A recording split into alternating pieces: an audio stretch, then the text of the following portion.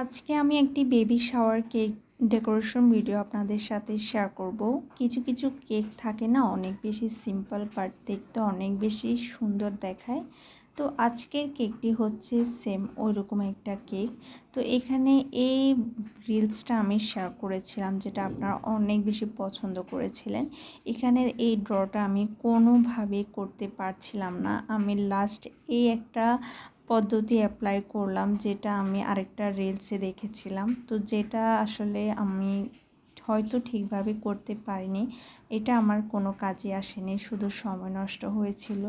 তো লাস্ট আমি হতাশ হয়ে পরবর্তীতে ভাবলাম সাইডের কাজগুলো আমি শেষ করে ফেলি, যাতে করে আমি পরবর্তীতে এই ডলটা কোনোভাবে হোক একটু দিয়ে নিব।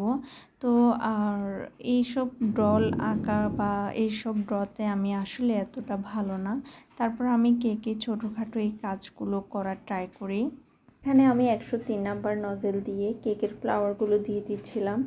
আমি ফ্লাওয়ারগুলো দিচ্ছিলাম ঠিক, কিন্তু আমার ভিতরে অনেক বেশি টেনশন ফিল হচ্ছিল যে আমি লাস্ট ড্রটা কিভাবে করব, যে এটা আমি আসলে ফুটিয়ে তুলতে পারবো কি না।